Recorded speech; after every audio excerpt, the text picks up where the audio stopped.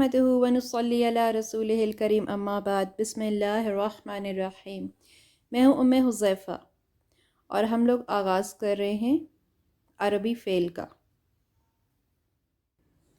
جس طرح ہم نے پڑھا ہے کہ انگلش زبان میں 8 پارٹس آف سپیچ ہوتے ہیں، یا اردو میں بھی اسی طرح ایک جملے کے اجزاء ہوتے ہیں، تو عربی زبان میں ایک جملے کے جو اجزاء ہوتے ہیں یا پارٹس آف سپیچ جو ہوتے ہیں وہ 3 ہوتے ہیں، ایک اسم، ایک فعل اور حرف۔ ہم صرف کے کورس میں فعل کے گردانے پڑھیں گے اور فعل کو بنانے کا طریقہ سیکھیں گے۔ کچھ عربی اصطلاحات دیکھ لیجئے۔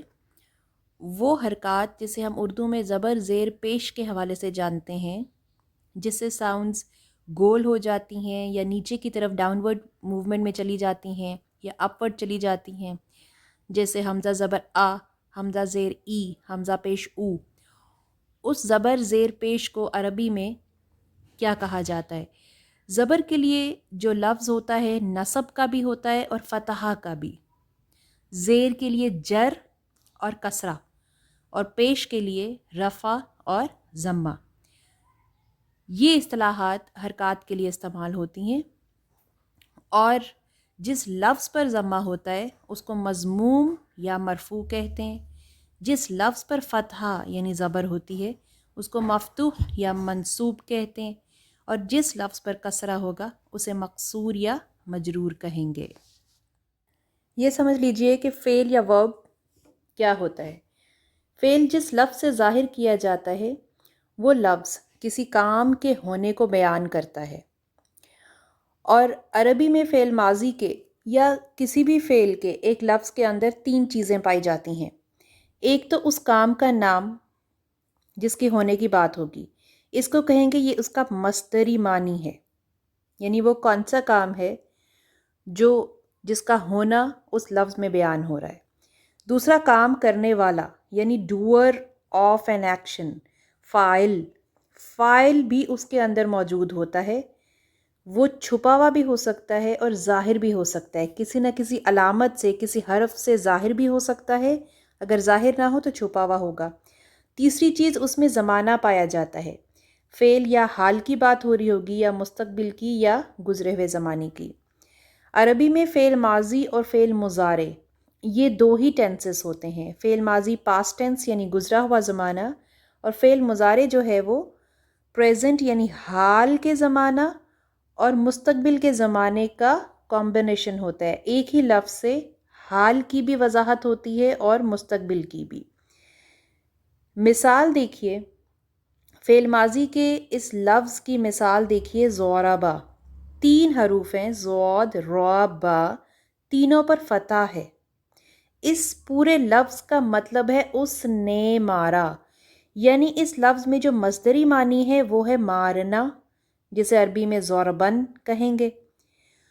جو اس میں زمانہ پایا جا رہا ہے وہ ماضی کا ہے، اور اس کے اندر جو فاعلی ضمیر ہے وہ ہمیں نہیں دکھ رہی، وہ چھپی ہوئی ہے، ہڈن ہے، اس کو کہیں گے ہوا، ہا پیش ہو، واو زبر وا۔ تو یہ 3 چیزیں اس لفظ ضربہ میں پائی جا رہی ہیں، ٹھیک ہے؟ یعنی دوبارہ سنیے، ایک اس میں ضمیر ہے ہوا جو ہڈن ہے اور وہی اس کی فاعل ہے، دوسرا اس میں مصدری معنی ہے مارنا، اور تیسرا اس کے اندر ٹائم فریم ہے کہ یہ ماضی کا زمانہ ہے، ٹھیک ہے جی؟ مزید مثالیں دیکھنے سے پہلے ہم یہ دیکھ لیں کہ فعل ماضی ہوتا کیا ہے اور یہ کس طرح بنایا جاتا ہے۔ فعل ماضی وہ ہے جس میں کسی کام کا گزرے ہوئے زمانے میں ہونا یا کرنا پایا جائے۔ عربی میں جب بھی صرف یا فعل شروع کیا جاتا ہے تو فعل ماضی سے اس کا آغاز ہوتا ہے۔ فعل ماضی میں ہم مختلف طرح کے ٹیبلز پڑھتے ہیں جو کہ 14 ایلیمنٹس پر مشتمل ہوتے ہیں۔ ان ٹیبلز کو اصطلاحی طور پر گردان کہتے ہیں، اور وہ جو 14 ایلیمنٹس ہیں جو ضمائر کے اوپر بیس کرتے ہیں، یعنی جو پروناؤنس کے اوپر بیس کرتے ہیں، ان کو ہم صیغے کہتے ہیں۔ یہ صیغے 14 ہیں اور ان 14 صیغوں پہ مشتمل ایک گردان ہوتی ہے۔ وہ پروناؤنس یا وہ ضمائر کیا ہیں جس طرح اردو میں ہم کوئی شخص غائب ہے یعنی تھرڈ پرسن تو ہم اس کے لیے وہ کا استعمال کریں گے، جو یہاں نہیں ہم کہیں گے وہ گیا تھا۔ اسی طرح جو حاضر ہے یعنی جو ہمارے سامنے ہے اس کے لیے تم یا آپ کہیں گے، اور جو متکلم ہے یعنی میں جو بات کر رہی ہوں تو میں اپنے لیے آئی وی یا پھر میں، اس طرح سے ہم لفظ استعمال کریں گے۔ تو ان ضمائر کے اوپر بیس کر کے 14 سیغوں پر مشتمل ایک گردان ہوتی ہے۔ پہلا سیغہ فعل ماضی کا وہ ہوتا ہے غائب میں، یعنی ہی، ایچ ای ہی، جس کو اردو میں ہم وہ یا اس کہتے ہیں۔ اس کا نام ہے واحد ہوگا، وہ مذکر ہوگا اور وہ غائب ہوگا یعنی وہ تھرڈ پرسن ہوگا۔ تو اسی طرح ہم اس کی جنس کا بھی خیال رکھیں گے اور اس کی عدد کا بھی کہ کتنے لوگ ہیں، کیونکہ عربی زبان میں سیغے جب بنائے جاتے ہیں تو عدد کا یا نمبر آف پیپل کا بھی دھیان رکھا جاتا ہے کہ بات ایک بندے کی ہو رہی ہے، دو کی ہو رہی ہے یا زیادہ کی ہو رہی ہے۔ تو جو پہلا سیغہ ہے فعل ماضی کا وہ 3 حروف سے بنتا ہے، ان 3 حروف کو حروف اصلی کہتے ہیں، اور ہم ان حروف اصلی کو بنانے کے لیے کچھ سٹینڈرڈ میز لے لیتے ہیں، کچھ ایسے حروف لے لیتے ہیں کہ ان کے اوپر پہلے ہم ایک سیمپل بنائیں گے، پھر اس سیمپل پہ باقی سارے جو اصلی فعل ہوں گے وہ فٹ کرتے جائیں گے۔ آسانی کے لیے ان 3 حروف کو فا، عین، لام سے ظاہر کیا جاتا ہے۔ پہلے کلمے کو فا کہیں گے، دوسرے کو عین یعنی مڈل والے کو، اور آخری کو لام کہیں گے۔ فعل ماضی کا جو پہلا سیغہ ہے اس میں فا کلمہ زبر یعنی مفتوح ہوگا، آخری یعنی لام کلمہ بھی مفتوح ہوگا، فتح ہوگی، زبر ہوگی اس پر۔ ہاں درمیان والا کلمہ عین کلمہ اس پر کسرہ بھی ہو سکتی ہے، اس پر ضمہ بھی آ سکتا ہے اور اس پر نصب بھی آ سکتا ہے۔ تو اس حساب سے جب ہم فا عین لام کو ساتھ جوڑیں گے تو 3 وزن بنیں گے، فعل، فعل اور فعولہ۔ یہ وزن عین کلمے کی حرکت کے مطابق ہوتا ہے۔ وزن کیا ہے، اس کو ایک پیٹرن سمجھ لیں، جس پیٹرن پہ ہمیں کوئی بھی 3 حروف مل جائیں جس سے عربی کا ایک فعل کا پہلا سیغہ بنتا ہو، ہم اس پیٹرن پہ اس کو فکس کریں گے اور اس پیٹرن کے مطابق اس کی ساؤنڈ دیں گے۔ ایسا کیوں ہوتا ہے، عین کلمہ کیوں تبدیل کیا جاتا ہے اور عین کلمے کی حرکت کو ہمیں کیوں اتنا اسٹرکٹلی فالو کرنا ہے؟ کیونکہ ہم نے عربی کلام کو سیکھنا ہے اور ہم نے اس کو اسی طرح پڑھنا ہے جس طرح سے انہوں نے پڑھا ہے۔ کچھ مثالیں دیکھیے۔ فعل ماضی کے پہلے سیغے کے جو 3 وزن ہیں، پہلا سیغہ کون سا ہے؟ جو واحد ہوگا، مذکر یعنی میل ہوگا اور غائب ہوگا۔ تو پہلے سیغے کے لیے جو وزن ہے فاعل، فعل اور فعولہ۔ آپ کو بتایا تھا کہ فاعلہ کے وزن پہ ہم جو الفاظ لے رہے ہیں سین، میم، عین، اس کو جب فاعلہ کے اوپر فٹ کریں گے تو سامعہ بن جائے گا، اور اس سامعہ کے اندر اس کا مصدری معنی ہوگا سننا۔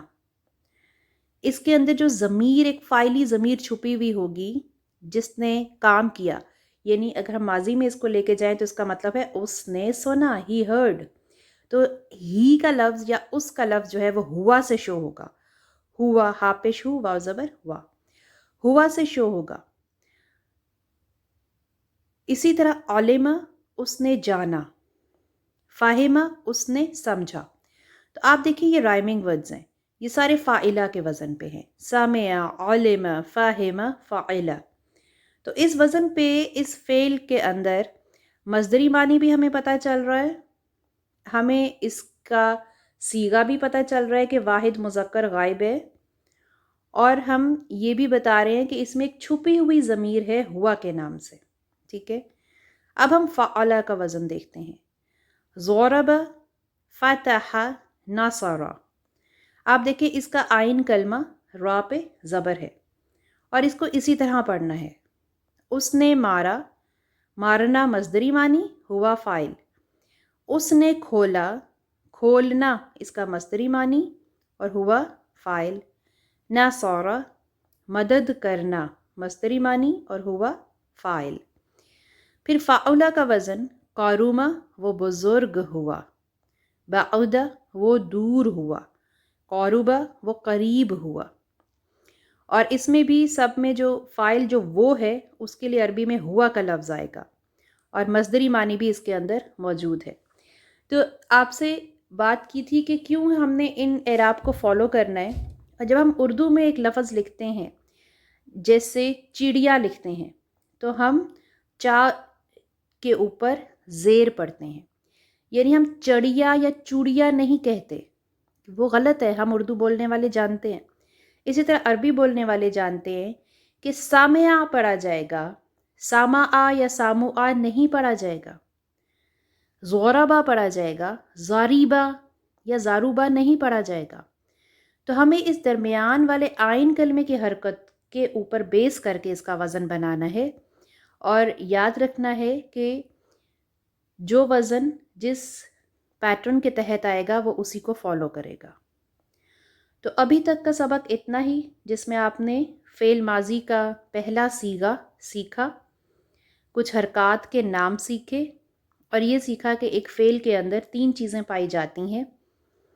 ایک وہ فعل جو کیا جا رہا ہے اس کا نام جسے مصدر کہتے ہیں، ایک فاعل جو ڈوئر آف ایکشن ہوتا ہے، اور ایک زمانہ کہ کس زمانے میں وہ کام ہوا ہے، اور چوتھی چیز اس کا وزن.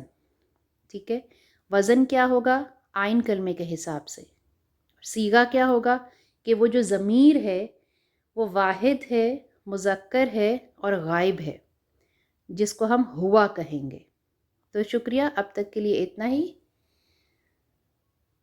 وآخر دعوانا ان الحمد للہ رب العالمین.